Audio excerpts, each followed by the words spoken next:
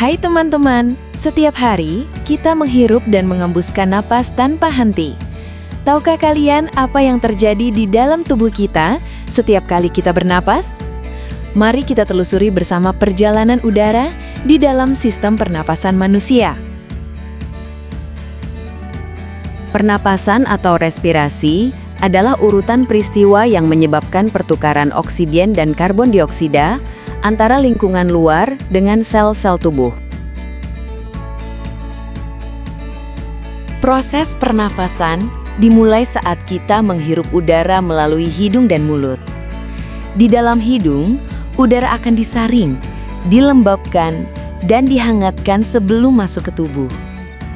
Udara kemudian melewati tenggorokan, faring, dan kotak suara, laring, sebelum masuk ke batang tenggorokan, trakea. Batang tenggorokan akan bercabang menjadi dua saluran yang lebih kecil, disebut bronkus, yang kemudian menuju paru-paru.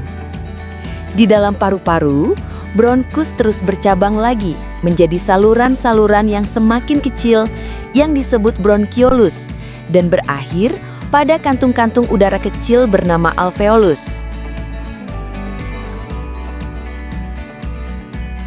Sistem pernafasan adalah sekumpulan organ yang bertugas menghirup oksigen dan mengeluarkan karbon dioksida. Organ-organ pernafasan meliputi hidung, faring, laring, trakea, bronkus, bronkiolus, paru-paru, alveolus, diafragma. Berikut organ-organ pernafasan dan fungsinya. Hidung. Hidung adalah tempat masuk dan keluarnya udara, serta penyaringan dan penghangatan udara. Pada hidung, terdapat rongga hidung, yaitu rongga tempat masuknya udara saat kegiatan bernafas. Di dalam rongga hidung, terdapat rambut hidung yang berfungsi menyaring udara yang masuk ke rongga hidung. Faring atau tenggorokan adalah saluran penghubung yang dilalui udara dan makanan. Terletak di leher, di bawah dasar tengkorak, di atas laring, dan di depan esofagus. Fungsinya memungkinkan udara dari saluran napas dan makanan atau minuman dari saluran pencernaan melewatinya. Laring atau pangkal tenggorokan adalah struktur di leher yang menghubungkan faring dengan trakea. Fungsinya antara lain membantu pernafasan, yaitu saat udara mengalir dari faring melalui laring menuju trakea dan ke paru-paru. Menghasilkan suara, karena laring mengandung pita suara yang bergetar saat udara lewat sehingga menghasilkan suara. Melindungi saluran pernafasan, yaitu epiglotis, akan menutup pintu masuk ke laring saat menelan, mencegah makanan masuk ke trakea. Trakea adalah saluran udara mengarah ke paru-paru. Terletak di depan kerongkongan dan terdiri dari tulang-tulang rawan berbentuk cincin serta lapisan lendir dan silia atau rambut halus untuk menangkap dan mengeluarkan partikel asing. Pada trakea ini, ada katup yang berfungsi untuk membuka dan menutup saluran pernafasan. Mekanismenya sebagai berikut. Ketika sedang berbicara, katup menutup, saluran makanan tertutup, dan saluran pernafasan terbuka. Ketika sedang menelan, katup membuka, saluran makanan terbuka, dan saluran pernafasan tertutup. Bronkus merupakan percabangan dari trakea yang masuk ke paru-paru. Bronkus tersusun atas tulang-tulang rawan yang berbentuk cincin.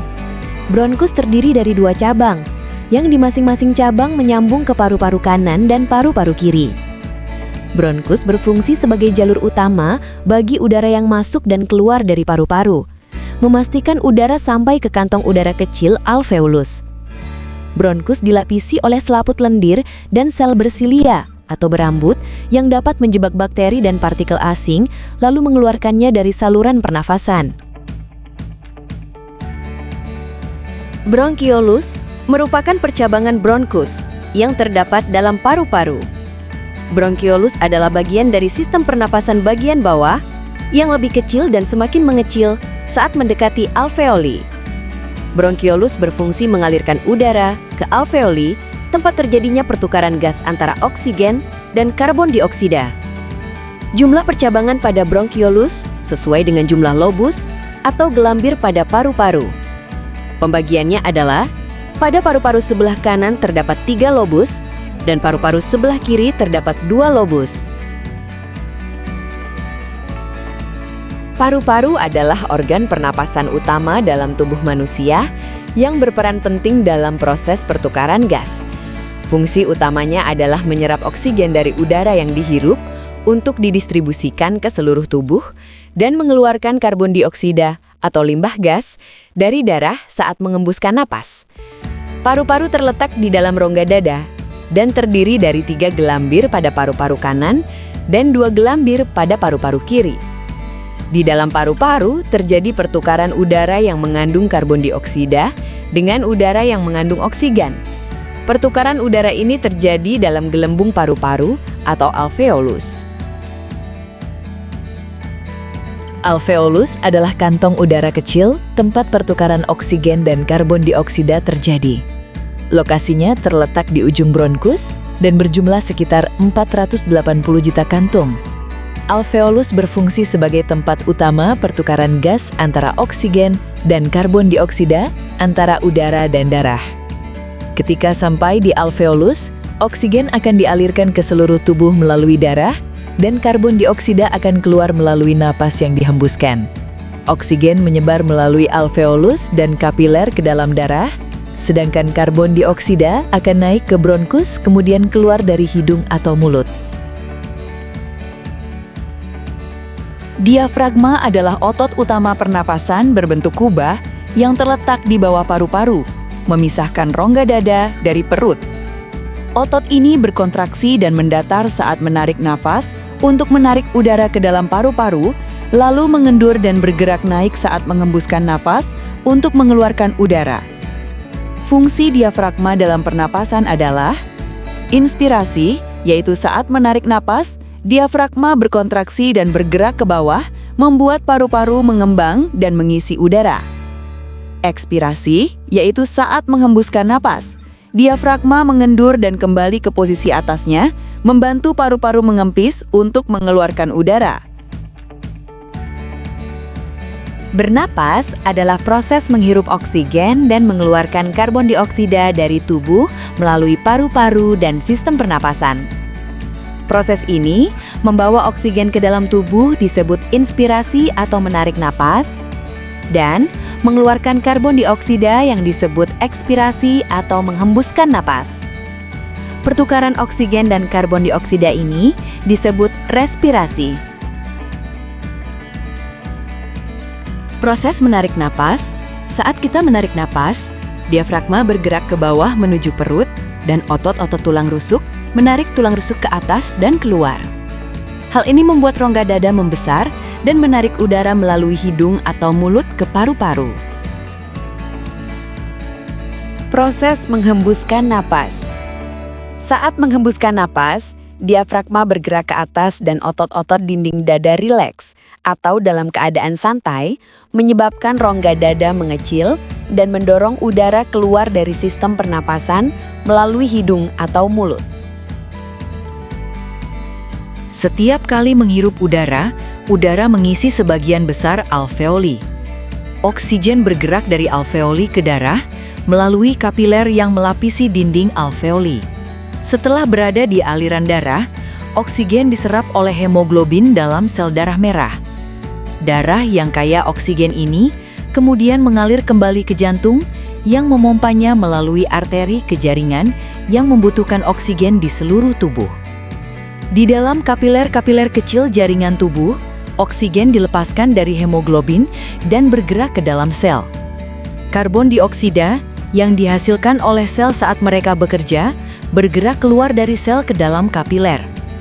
Darah yang kaya karbon dioksida kemudian kembali ke jantung melalui vena.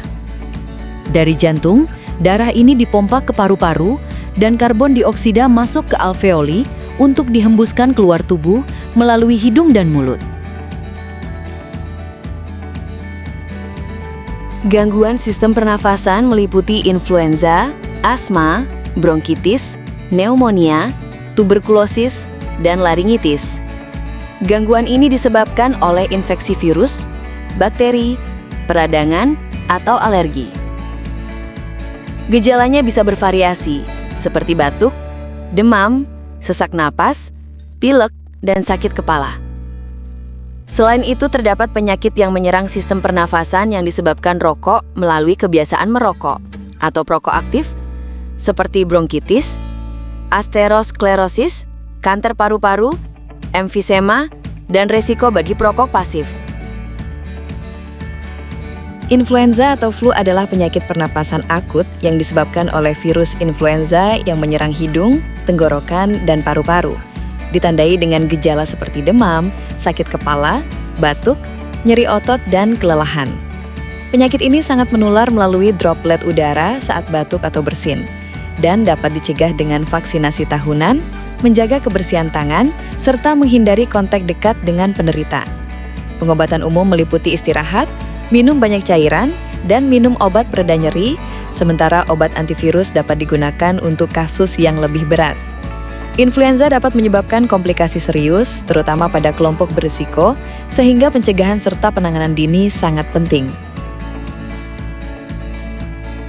Emfisema adalah penyakit paru kronis yang merusak kantung udara kecil atau alveolus di paru-paru, menyebabkan dinding alveolus melemah dan pecah, sehingga menciptakan kantung udara lebih besar. Hal ini mengurangi luas permukaan paru-paru, mengurangi pasokan oksigen ke darah, dan menjebak udara di paru-paru, menyebabkan kesulitan bernapas. Penyebab utamanya adalah merokok, dan kondisi ini merupakan bagian dari penyakit paru obstruktif kronis, yang gejalanya dapat memburuk seiring waktu, tetapi tidak dapat disembuhkan.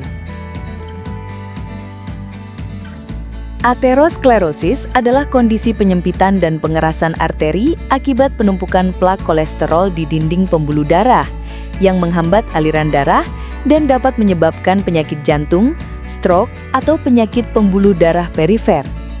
Gejala awal mungkin tidak ada, tetapi berkembang menjadi nyeri dada atau angina, pusing, mati rasa, atau kesulitan bernafas seiring aliran darah terganggu.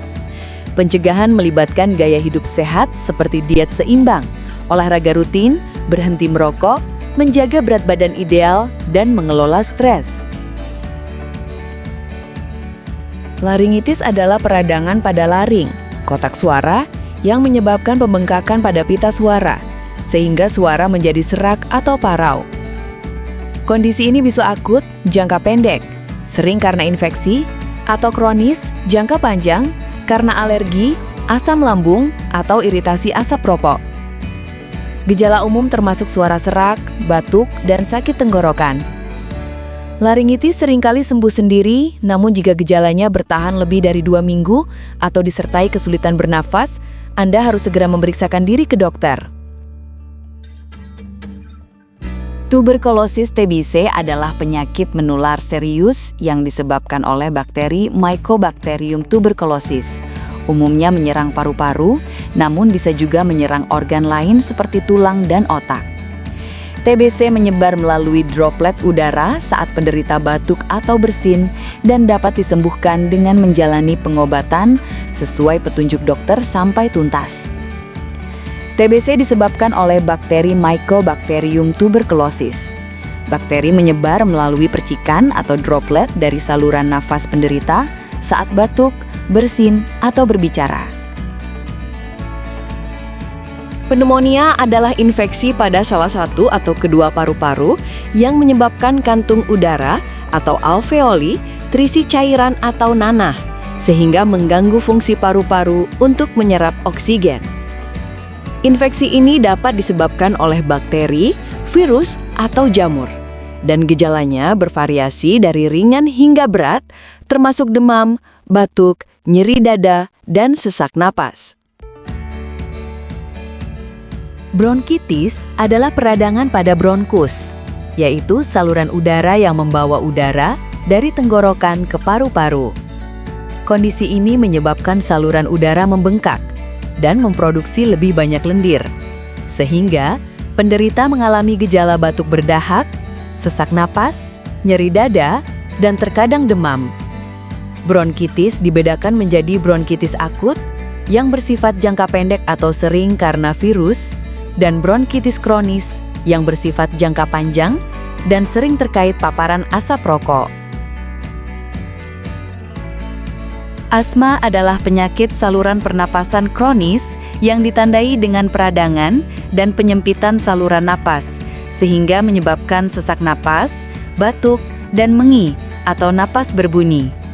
Saluran napas penderita asma menjadi sensitif dan mudah bereaksi terhadap berbagai pemicu seperti alergen, udara dingin, polusi, dan aktivitas fisik. Meskipun tidak bisa disembuhkan sepenuhnya, asma dapat dikelola dengan baik melalui penanganan dan pengobatan yang tepat, memungkinkan penderitanya untuk tetap hidup aktif dan sehat. Di dalam rokok terdapat zat-zat yang mampu menginfeksi dan merusak sistem pernafasan kalian. Dalam 1 kali isapan rokok, terdapat sekitar 4.000 zat kimia berbahaya. Contohnya tar, karbon monoksida, dan nikotin. Tar adalah cairan kental berwarna coklat tua atau hitam yang dihasilkan dari pembakaran dan merupakan zat karsinogenik atau penyebab kanker yang berbahaya bagi kesehatan.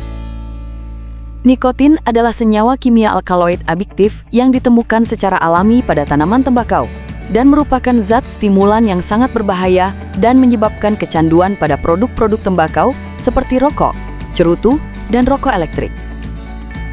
Karbon monoksida atau CO adalah salah satu gas beracun yang berbahaya karena menurunkan kadar oksigen dalam darah, mengikat hemoglobin dalam darah, mencegah darah mengangkut oksigen ke seluruh tubuh, sehingga menurunkan konsentrasi dan timbulnya penyakit berbahaya. Berikut penyakit-penyakit yang disebabkan oleh rokok. Bronkitis, aterosklerosis, kanker paru-paru, emfisema. Bahaya bagi perokok pasif. Orang di sekitar perokok yang mendapatkan efek buruk dari seorang perokok disebut perokok pasif. Mereka juga menghirup asap rokok serta kandungan bahan kimianya secara tidak sengaja, sehingga mereka pun dapat terpapar penyakit-penyakit yang telah disebutkan sebelumnya. Info di samping adalah resiko yang didapat oleh perokok pasif. Menjaga kesehatan paru-paru itu penting. Jika ada organ dalam sistem pernafasan yang rusak, proses pertukaran oksigen dan karbon dioksida akan terganggu. Selain untuk bernafas, sistem pernafasan juga berperan penting dalam proses penciuman dan pembentukan suara. Jadi, sistem pernafasan bukan hanya sekedar jalur udara, tapi juga organ yang sangat vital bagi kehidupan kita. Mari kita jaga paru-paru kita dengan menghirup udara yang bersih, agar tubuh kita selalu sehat dan bugar. Terima kasih, sampai berjumpa pada pertemuan berikutnya.